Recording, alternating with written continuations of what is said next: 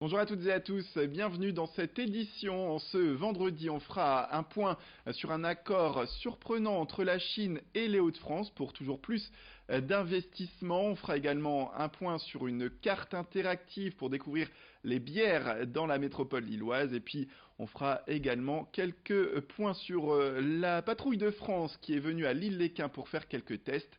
Et on terminera avec des images d'Emmaüs Connect également qui permet aux chercheurs d'emploi de trouver un emploi plus facilement en se mettant au numérique. Mais on commence tout de suite avec les titres, on le disait, la région de France a signé hier avec la province chinoise de Zhejiang un accord de coopération jusqu'en 2021. Les deux acteurs échangeront informations et expertise. L'objectif, c'est de mettre en œuvre des projets communs dans les domaines économiques, culturels, éducatifs et touristiques. Du côté chinois, les Hauts-de-France représentent un partenaire idéal de développement de projets. La province chinoise a en effet pour ambition de développer avec la région nordiste certains grands secteurs d'activité qu'elles ont en commun. En 2018 déjà, elle a commencé à tisser des liens dans le secteur et le 17 mai dernier, un accord de partenariat avait été déjà signé entre le port de Dunkerque et le port chinois de Ningbo. Pour la région, cette signature a permis de récupérer des parts de marché jusque-là détenues par nos voisins européens et les retombées économiques se feraient déjà sentir, c'est ce qu'affirment en tout cas les élus régionaux au micro de Florine Curec.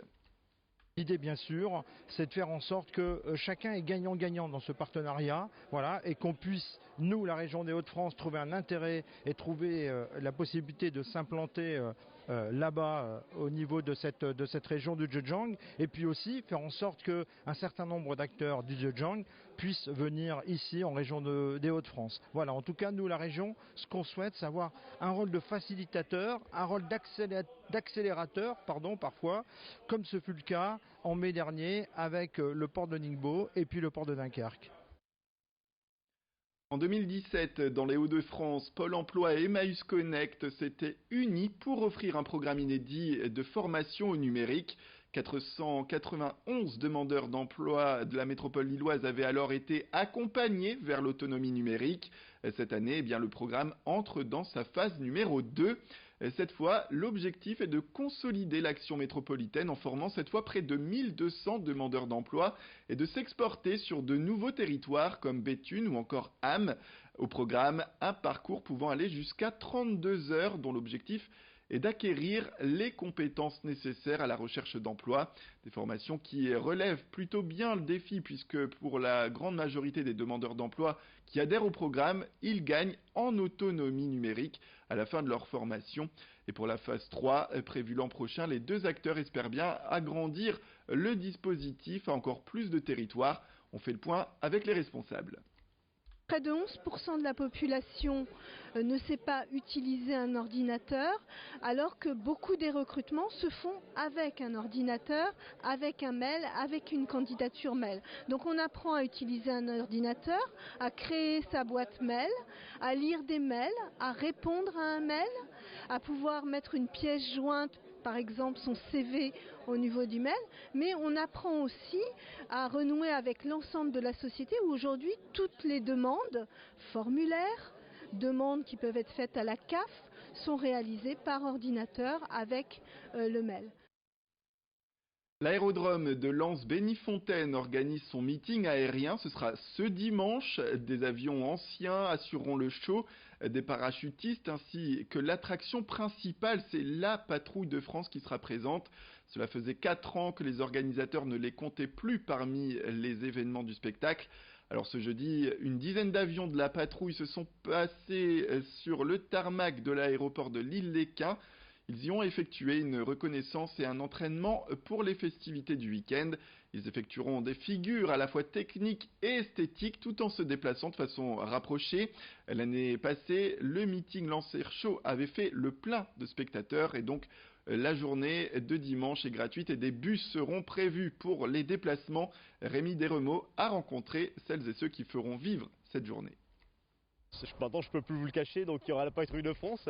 C'est un honneur pour nous, quoi. Donc effectivement, le meeting sur Bénifontaine, Lens-Bénifontaine, la dernière édition, c'est 2015. Donc ça fait 2 ans, depuis juillet 2017, qu'on travaille sur ce meeting. Donc sacrifiant au détour un peu nos familles, un peu nos loisirs, en vue de préparer un événement de grande ampleur qui, je le répète, sera gratuit au bénéfice des habitants du bassin minier en premier lieu, mais également des habitants des Hauts-de-France et puis d'autres départements et bien au-delà de la région de France. Et puis on en vient à l'échappée bière, c'est une agence de tourisme brassicole. Elle a adapté au monde de la bière tout ce qui se fait dans le monde du vin et de l'œnologie. Visite de brasseurs, dégustation, balades ludiques, jeux de piste, tout est mis en place pour mieux faire connaître le monde de la bière. Pour ce faire, l'agence a lancé sa 2e carte du tourisme brassicole. Elle reprend les établissements de la MEL qui font la promotion de la bière régionale. 3 catégories sont à découvrir, les brasseurs, les brewpubs qui brassent et accueillent le public en même temps et les bars et restaurants qui proposent des bières locales.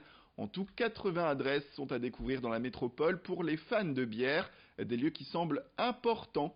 Et puis selon les créateurs d'échappée bière, 25% des visiteurs qui préparent sur internet leur voyage dans la ville de Lille recherchent dans la foulée des informations avec le mot-clé bière. À consommer bien sûr avec modération. D'ici un mois, cette carte sera aussi disponible sur Internet. On a rencontré les créateurs de ce programme. Nous, on a plutôt identifié un profil assez urbain, grosso modo les city breakers comme on les appelle, une trentaine d'années, qui voyagent sur 2-3 jours, qui ont envie de découvrir le côté gourmand, le côté culturel de la ville. Et on a vu que grosso modo la bière était quelque chose qui était recherché quand on venait à Lille directement. Un quart des visiteurs de la métropole lilloise laissent des traces numériques, comme ça a été dit par l'agence d'urbanisme, autour de la bière. Donc ça nous donne quand même des chiffres qui sont assez intéressants à étudier. Après, typiquement, nous aujourd'hui sur notre site, on sait qu'on a grosso modo entre 15 et 20 000 visiteurs par mois. Il faudrait l'accumuler avec le site que tous les brasseurs peuvent avoir directement auprès d'eux, ou en tout cas tous les établissements qui sont derrière moi. Mais je pense qu'on peut avoir entre 50 et 60 000 personnes qui sont intéressées en tout cas par cette perspective de visite autour du monde brassicole. Et voilà, la bière bien sûr à consommer avec modération. C'est la fin de cette édition. Merci à toutes et à tous de nous avoir suivis. Restez avec nous, l'information continue.